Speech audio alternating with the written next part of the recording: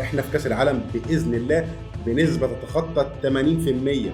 انت هتصعد. اداء منتخب مصر كنا نقدر نكسب، يعني انت لو قعدت الجوله اللي جايه ما تلعبهاش هترجع هتلاقي نفسك متصدر. انا عايز اشوف تطوير اللعيبه بالروح بالحماس، ده اللي انا مستنيه.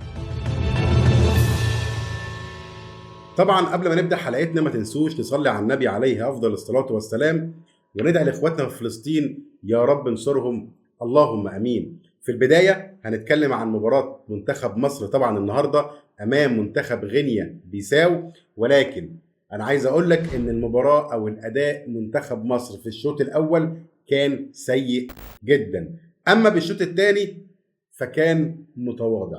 في بعض الناس بتقول لك ان منتخب مصر في الشوط الثاني اداؤه كان كويس واداؤه احسن. انا عايز اقول لك ان منتخب غينيا هو اللي اداؤه وحش، يعني منتخب غينيا انت تكسبه بالساهل. منتخب غينيا ما هوش منتخب مصنف، ما هوش منتخب بينافسك على الصعود لكاس العالم، ولا حتى بوركينا. والله يعني هي بوركينا اقوى من في المجموعه معانا، ولكن يعني كنا نقدر نكسب، كنا طمعانين في الفوز ونريح دماغنا بقى من الصعود لكاس العالم، لان احنا من الاخر يا جماعه وباذن الله يا رب باذن الله منتخب مصر في كاس العالم. ولكن انا اللي يهمني هو اداء منتخب مصر. انا ما يهمنيش دلوقتي انت معاك كام نقطه ولا انت هتصعد باللي احنا شايفينه. وبوركينا تعادلت مع سيراليون النهارده 2-2، فانت كل المنتخبات بتتعادل مع بعضيها. يعني انت لو قعدت الجوله اللي جايه ما تلعبهاش وتسيب الباقي يلعب هترجع هتلاقي نفسك متصدر. فدي نقطة نعديها على جنب.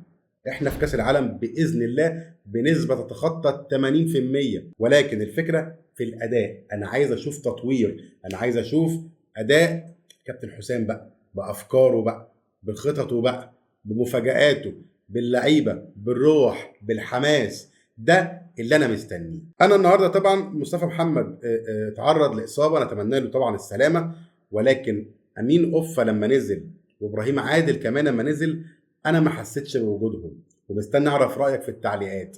انا ما حسيتش ان هم اضافوا للفريق، ولكن مع نزول ناصر ماهر انا هنا حسيت بالفرق. حسيت ان بقى في روح، بقى في لاعب بيخترق، بقى في لاعب دريبلينج بالكوره. بصوا الفرصه دي في اخر المباراه تخلص بيها الماتش وتريح الكل وتبقى 12 نقطه والدنيا 100 فل و14. ولكن برضو زي ما قلت لكم نقطة مش وحشة، احنا كنا خسرانين يا جماعة ولكن كنا سهل نكسب، بس يلا حصل خير.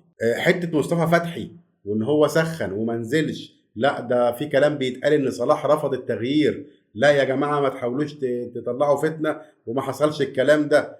انا مش جاي اقول لك حصل ولا ما حصلش، ولا يعنيني في شيء. انا يعنيني منتخب بلدي من الاخر. انا عايز اداء منتخب بلدي يتطور، انا عايز اشوف في الملعب في حب ما بين اللعيبه، في حماس. معايا بقى لقطه لجماهير غينيا وقدام اتوبيس منتخب مصر طبعا وهم بينادوا على صلاح. ادي اللقطه معانا يا جماعه، وشوفوا الجماهير بتعمل ايه مع محمد صلاح.